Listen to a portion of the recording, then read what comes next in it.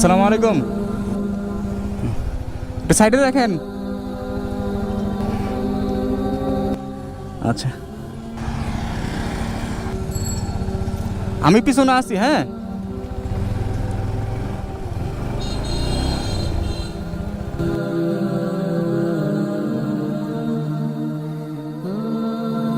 আসসালামু আলাইকুম সবাইকে। আবারও দেখা করলাম সেই আপুটির সাথে, যাকে আপনারা প্রথম ভিডিওতে দেখছেন যে বাচ্চা নিয়ে রিক্সা চালায়। ওনার সাথে আজকে দেখা করার কারণ হলো ওনার জন্য যে আমি মানুষের কাছে হাত পেতেছি যে ওনাকে অন্তত রিক্সা যেন চালাতে না হয়। অসহায় একটি মানুষ, এতিম মানুষ, তার হাজবেন্ড নাই।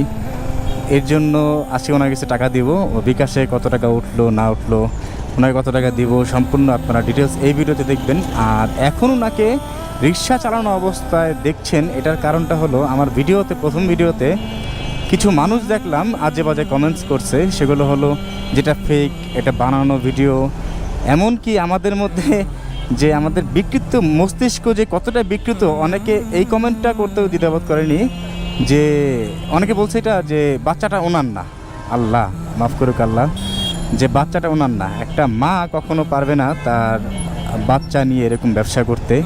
অনেকে বলছে যে এক হাত দিয়ে রিক্সা চালানো পসিবলই না, এক হাত দিয়ে রিক্সা চালানো যায় না। এই কারণে আমি জাস্ট দেখালাম যে এক হাত দিয়ে রিক্সা চালানো যায় কি যায় না। আসলে সবচেয়ে বড় কথা কি, মানে পরিস্থিতি আর ভাগ্য এমন একটা জিনিস, আপনি যখন যেটা চিন্তা না করবেন সেটাই আপনার জীবনে ঘটে যাবে। আল্লাহ তাআলা না করুক আজকে আমি আপনি ভালো অবস্থা আছি, যারা বাজে কমেন্টগুলো করছেন তারাও আল্লাহর রহমতে ভালো অবস্থা আছেন।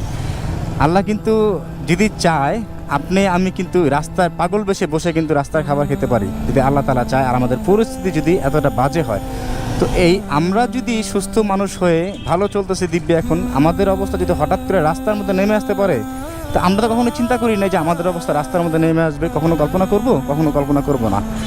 অথচ এরকম দিন আসতে পারে, এটা যদি আল্লাহ চায়। তাহলে হবে না, ছোটোখাটো কোনো দোকান হবে না, মানে চায়ের দোকান যেটা বলছেন।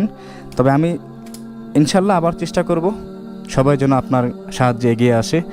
আসলে আমরা যদি চাই, আমাদের সমাজের আশেপাশে এরকম অনেক অসহায় মানুষ আছে। আমরা হবে না, আপনি এই টাকাটা দিয়ে আপনি ঘর ভাড়া দিয়ে দেবেন, আপু ঘর ভাড়া দিবেন, বাকি যা থাকবে থাকবে। আমি পরবর্তীতে আবার আপনার সাথে দেখা করব।